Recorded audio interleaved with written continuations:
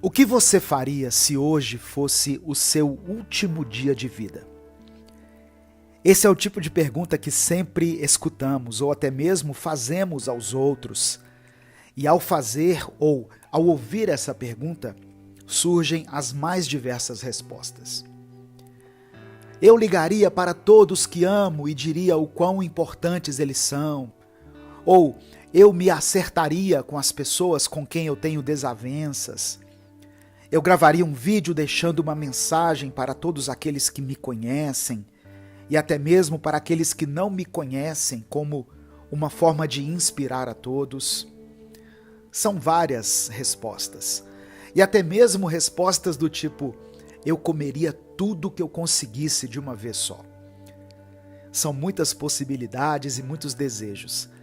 Mas pense por um momento: o que você de fato faria se soubesse que este é o seu último dia de vida?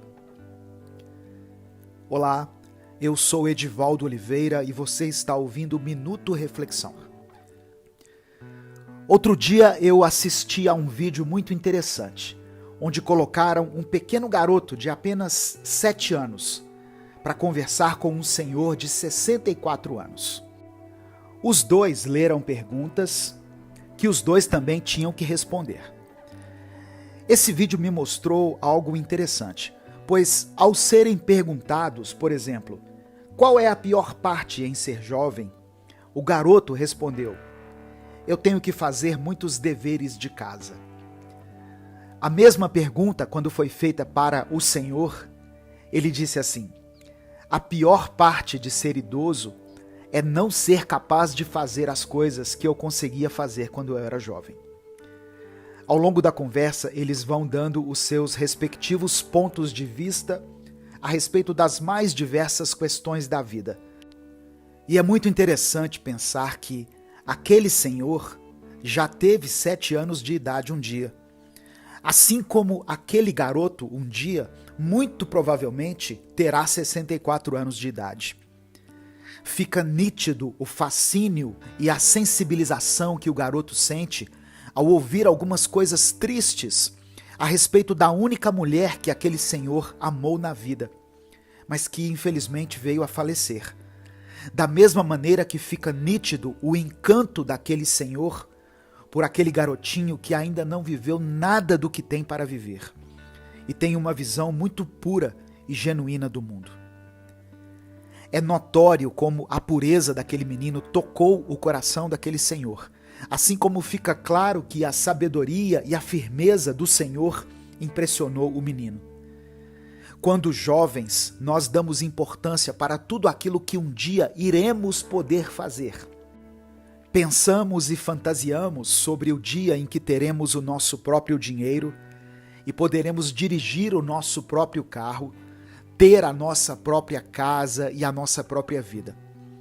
Até que um dia nos tornamos adultos e começamos a valorizar aquelas coisas que fazíamos quando éramos crianças.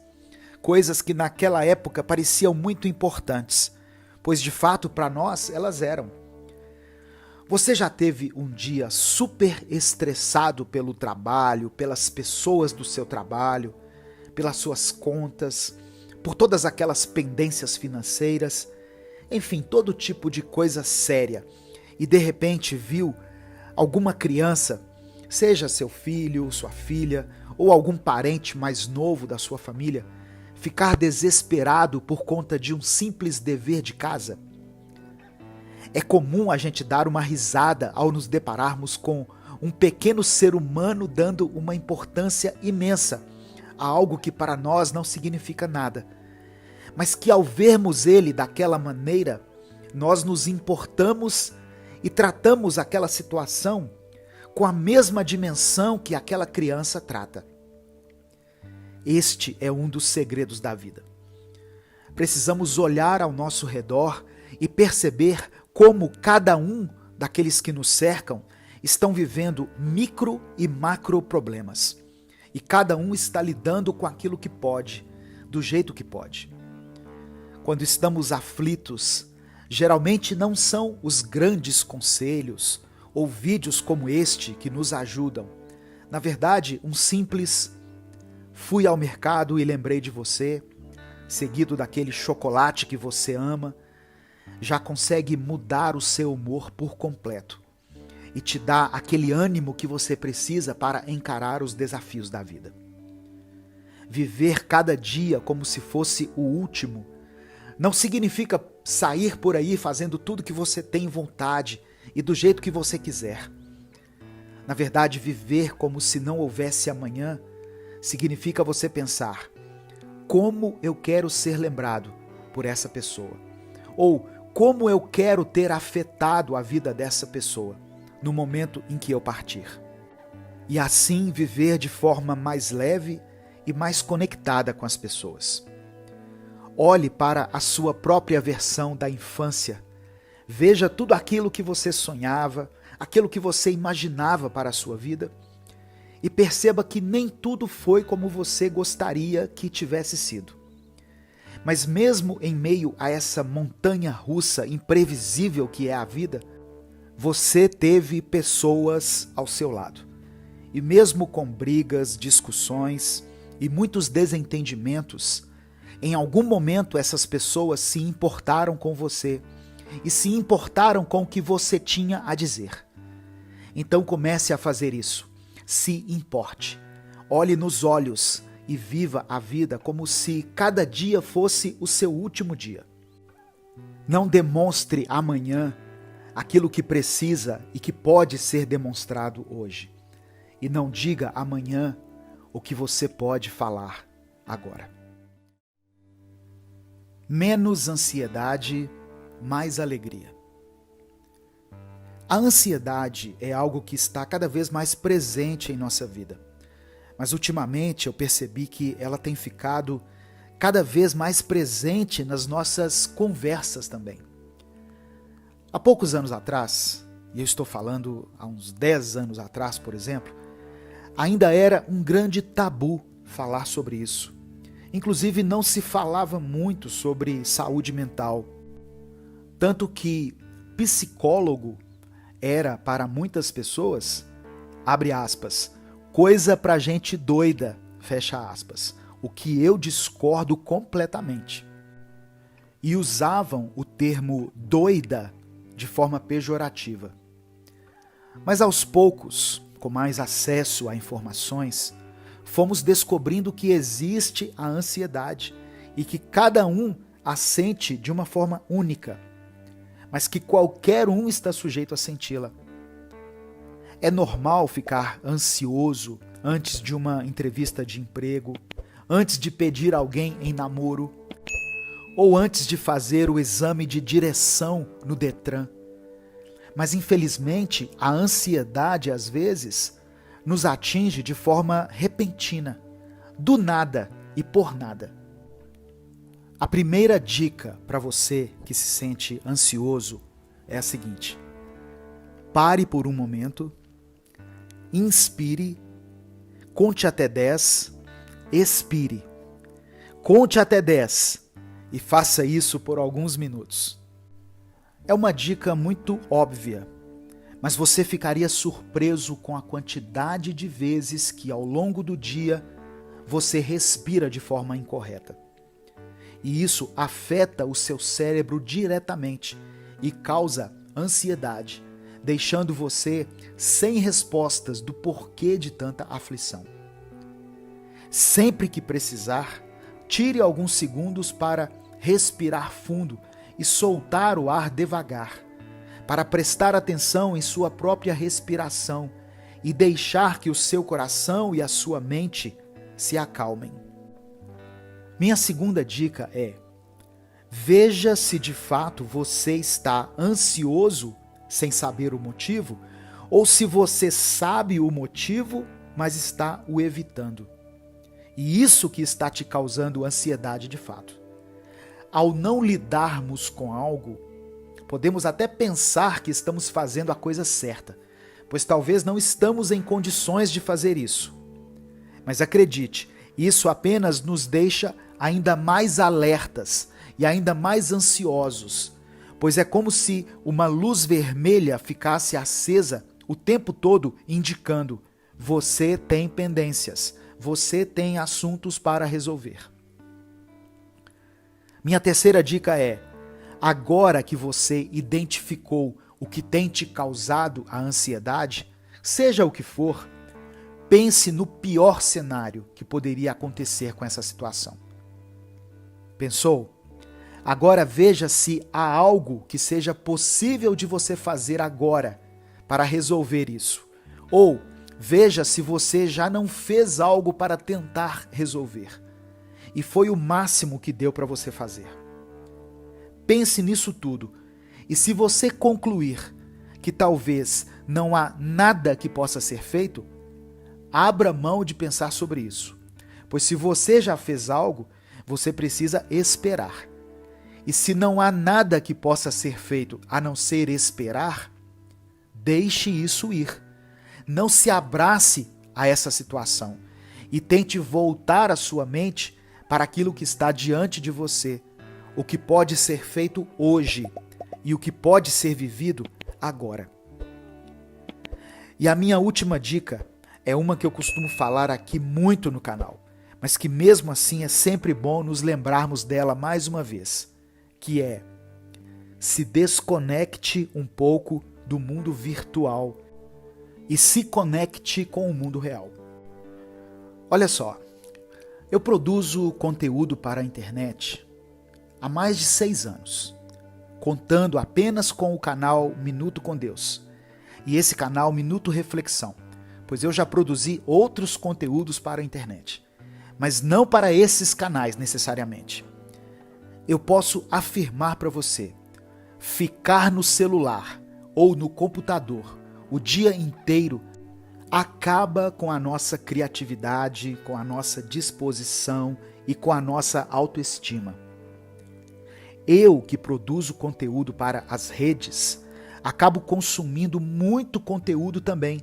E eu te digo com propriedade, na internet tem muitas coisas boas, mas se nós não tivermos equilíbrio, quando percebermos, passamos horas, dias, semanas e meses presos na timeline e não teremos feito nada de produtivo, nada de criativo e às vezes nada de divertido, pois muitos alegam ficarem nos seus celulares buscando entretenimento, mas estão cada dia mais ranzinzas e indispostos com a vida. Desconecte-se um pouco e se conecte com atividades, com pessoas e com lugares. Tudo isso fora da internet. E você vai perceber que a sua relação com a internet vai começar a mudar. E ao invés de ser um dependente frenético do seu celular, você apenas o tratará como qualquer outra coisa na sua vida deve ser tratada, com equilíbrio e sabedoria. É muito grande a quantidade de casais que mantêm um relacionamento somente pelo medo da solidão.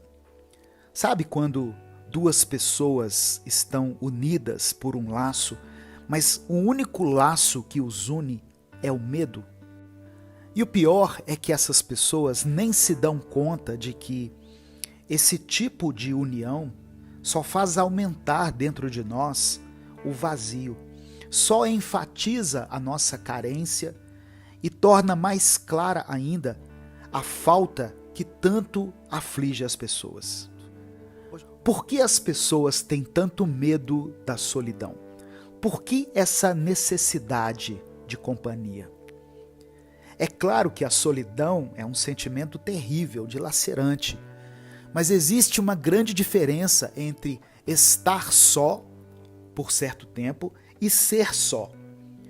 Às vezes é necessário a gente ficar só por algum tempo, na nossa própria companhia, para que nós possamos fazer uma viagem interior em busca do autoconhecimento, para que a gente possa descobrir o que realmente queremos, quem realmente somos, para a gente poder identificar quais são as nossas necessidades e principalmente para avaliarmos o custo-benefício de se manter uma relação ou um vínculo que está somente ancorado no medo da solidão. Agora veja bem, Eu posso estar falando aqui para casais que são casados. Eu não estou querendo motivar você, incentivar você ou te dar algum respaldo para que você desfaça esse casamento. O ideal é que você conviva em paz, que vocês procurem uma terapia, que vocês busquem ajuda externa para superar essa crise. Mas eu estou falando aqui de pessoas que estão vivendo relacionamentos tóxicos, relacionamentos prejudiciais, relacionamentos marcados pela dependência emocional. Você precisa parar e pensar da seguinte maneira: você é um ser completo, completa. Você não necessita de alguém para te fazer feliz. Se você não valorizar e admirar a sua própria vida, a sua própria companhia, não adianta você querer se completar com alguém, porque assim você vai acabar frustrado e também vai frustrar essa outra pessoa. Mas voltando a falar da solidão, será que é tão ruim assim estar na própria companhia? Será que esse medo de ficar sozinho não vem do fato de que a solidão nos leva à reflexão e ao autoconhecimento? Talvez a solidão, para muitas pessoas, potencializa os seus defeitos. Ela tira as nossas máscaras. Ela enfatiza os nossos erros. Será que tanta dependência assim de alguém não nos impede de enxergar novas oportunidades e relacionamentos mais significativos? O medo de ficar só é um sentimento natural, comum a todo ser humano, já que, por essência, nós somos seres que temos essa tendência a vivermos em bandos, em grupos. Porém, nós não podemos deixar que esse medo da solidão nos paralise, nos torne impotentes e nos impeça de fazer as escolhas corretas e necessárias em nossa vida. A solidão é um sentimento de que algo ou alguém está nos faltando. Então, qual é a lógica em nos aprisionarmos a esse medo e viver uma relação que não preenche esse vazio? Na verdade, uma das faces desse medo é a insegurança, aliada à falta de autoestima. Nós não podemos e não devemos esperar que alguém nos complete. Devemos sim aprender a gostar de nós mesmos, a ter autoestima e a sentir que a nossa companhia também pode ser agradável. Aprendendo a se conhecer e se gostar, com certeza nós seremos libertos dos vínculos insatisfatórios e vamos abrir as portas para outras oportunidades. Se a gente parar para pensar, nós veremos que muitas pessoas sentem solidão, mesmo quando estão cercadas por uma multidão. Isso porque, na verdade, elas se ausentaram delas mesmas. Elas não se conhecem e não se permitem conhecer. Augusto Cury disse que, quando somos abandonados pelo mundo, a solidão é superável. Mas quando somos abandonados por nós mesmos, a solidão é quase incurável. A solidão também pode ser uma grande aliada para o nosso crescimento pessoal. A solução para a solidão não é encontrar uma pessoa para preencher esse vazio, e sim encher a nossa vida de significado.